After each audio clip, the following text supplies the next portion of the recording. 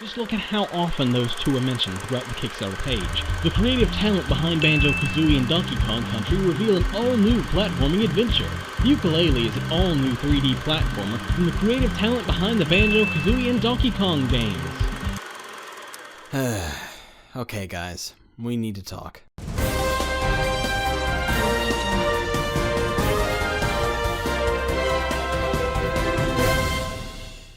Contrary to what some of you believe, I really liked Ukulele's campaign, and I like what I see from the game itself. I never played Banjo-Kazooie before, but it's on my list of games I need to get around to playing one day. That's probably my fault for not being clear enough, so I'm sorry. But it's okay to acknowledge flaws in something you like, and one of the flaws of Ukulele was its heavy reliance on nostalgia.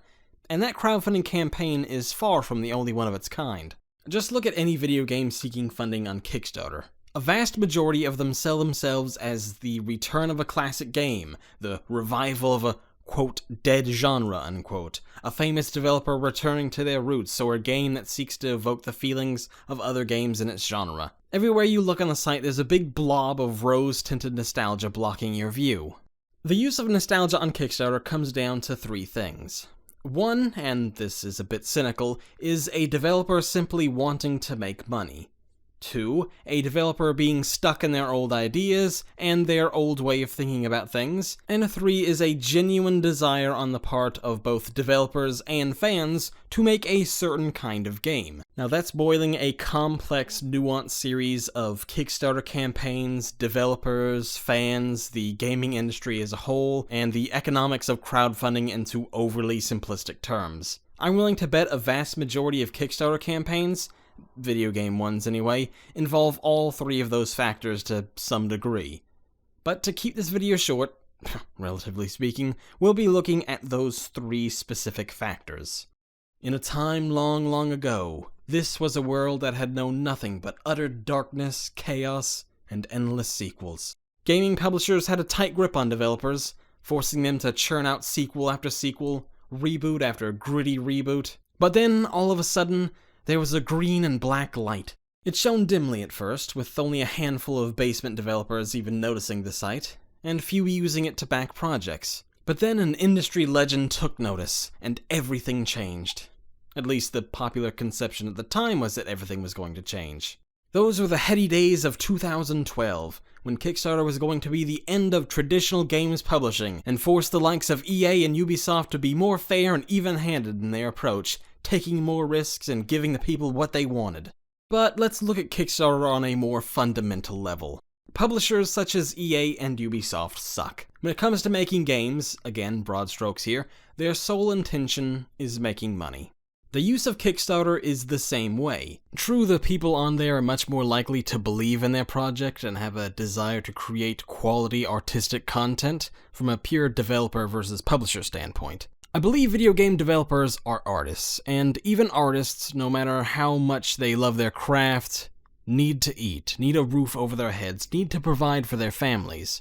Yes, Wasteland 2 is probably a passion project, something Fargo wanted to do for a very, very long time, but, and I hate to be Captain Obvious here, he also wanted to make money off it so he and his team could do just that, and there's absolutely nothing wrong in doing so. In a world where there just isn't enough money to go around, politics, this means Kickstarter is as much a popularity contest as a store shelf. The idea that if you build it they will come doesn't apply to reality on any level, Kickstarter included. Think of how many great crowdfunding campaigns you've seen that have failed. Conversely, think of how many Kickstarters looked truly awful that still succeeded. That's where the utilization, and sometimes the weaponization, of nostalgia comes into play, and why all those spiritual successors and rip-offs are so ubiquitous on Kickstarter. These campaigns need to attract attention, and the fastest, easiest, and cheapest way of doing so is to talk about other popular games. Making an RPG? Talk about Fallout or Deus Ex. An adventure game is what you're doing? Bring up how much you love Monkey Island. Maybe you're a famous and beloved developer like Koji Igarashi or Peter Molyneux. Then you should like and share this channel. And you should also play that up as much as you can before introducing a game or a style of game that you're best known for. Let's just take a look at some of the highest funded video games on Kickstarter, shall we? Number 1, Shenmue 3. the sequel to a cult classic people have been waiting for over a decade. Number 2, Bloodstained, a spiritual successor to Castlevania created by the guy behind Castlevania. Number 3, Torment Tides of Numbra, an old school CRPG created by a guy who used to be famous for CRPGs back in the day. Number 4, Pillars of Eternity, exactly the same as Torment. This kind of thing isn't limited to the cream of the crop either. Scrolling down the list, we'll find at number 30, Armakrog, an adventure game from the creator of Earthworm Jim. 31 is yet another old school CRPG in Divinity Original Sin, and don't forget its own sequel is in 16th place. 32 is Underworld Ascent, a spiritual successor to Ultima. When I spoke to Clickist editor-in-chief and Macho Man Greg Misek, I actually don't know how to pronounce his last name. That's embarrassing, kind of. He took a look at the top 100 games funded and found something pretty amazing. Looking at the top 100 most funded games, I came up with about 80 being heavily reliant on nostalgia, developer game series graphics. It's even more noticeable in the top 50. 44 qualified at a glance, 17 of the top 20 qualify, 10 of the top 10 funded count. And he's absolutely right. If anything, he's being conservative. Well, maybe not the 10 out of 10 one. Now, I'm not saying this is inherently a bad thing. There's nothing wrong with someone trying to game the system in order to stand out. Yet I can't help but feel this perpetual nostalgia machine of selling a game based on an older game just defeats the purpose of crowdfunding. Wasn't it supposed to be about coming up with new ideas, making games publishers dare not create because they're so risk-averse and afraid of new ideas? Not churn out the same handful of popular games over and over again? It all starts on the developmental level. To go back to my conversation with Greg, he put it in a better way. It seems like it just supports what everyone bitches about with regards to gaming. Developers make the same games, except while publishers always point to sale figures to support their producing. On Kickstarter, the project's being funded to support the idea that people like playing the same games over and over. Or on a minimum, they want to relive the video game golden age, which, as someone once said, happens to be when they're 14 regardless of the year. Lots of folks in their 30s with disposable income want to capture their mid-90s teenage years, so they give lots of money to Suzuki, Koji, anyone associated with Lucas and Nintendo, and hardcore game designers such as Fargo, Roberts, and so on. He's not Irish, I just wanted to do the accent. I can't stress enough, these are generalizations on my part for the sake of time. Most developers on Kickstarter could be classified under all three of these things.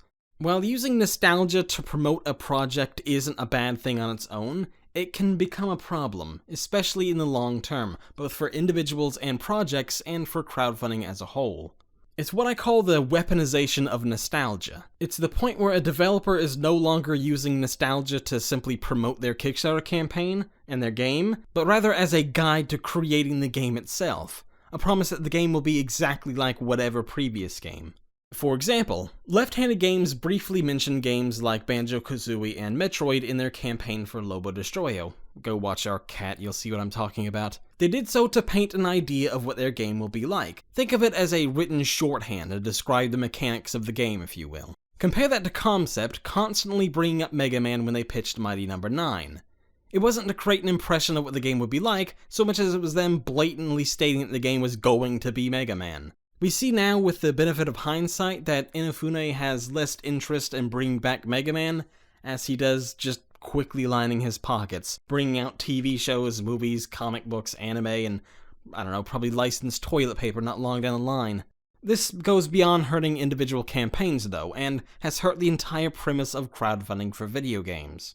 Before Double Fine Adventure, successful games on Kickstarter were Kentucky Route Zero, Resonance, No Time to Explain, Octodad 2, and Lifeless Planet. They weren't the most original games of the world, but they all had unique hooks and explored different settings, gameplay mechanics, and narratives. Then Double Fine Adventure came around, the first to find great success with the concept. It was billed as the return of the adventure game genre, led by the man who pioneered that genre.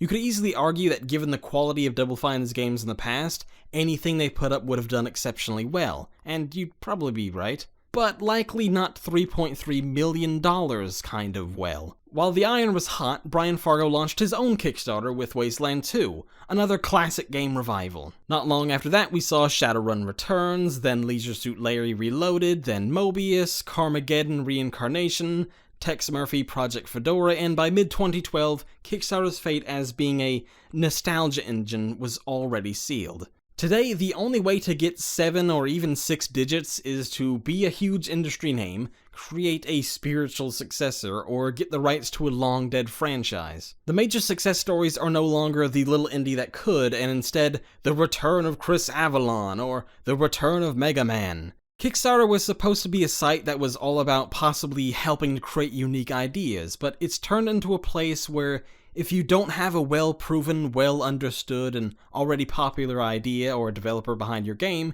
you might as well not even bother. Sure, some unique ideas slip through like Superhot, but those campaigns are few and far between. Sooner or later, though, there aren't going to be any games left to revive. Everything's all well and good when Mega Man or Banjo-Kazooie is on the docket. But who's going to stick around for the return of Mappy Land or Low G Man? How about another Bubsy? Now there's a game due for a comeback. Suddenly it's not a big event anymore, but someone grasping at straws. We're already seeing it, in my opinion, with projects like Fear Effects Sedna, James Pond, and Dizzy Returns. I just have to wonder how many great, unique games are being left out in the scramble to bring back every old game we can. Is there a solution to this onslaught of nostalgia? I don't know. The obvious answer is to stop backing these projects, but there doesn't seem to be any sign of that stopping anytime soon. But when it does, it could hurt Kickstarter, as I already said.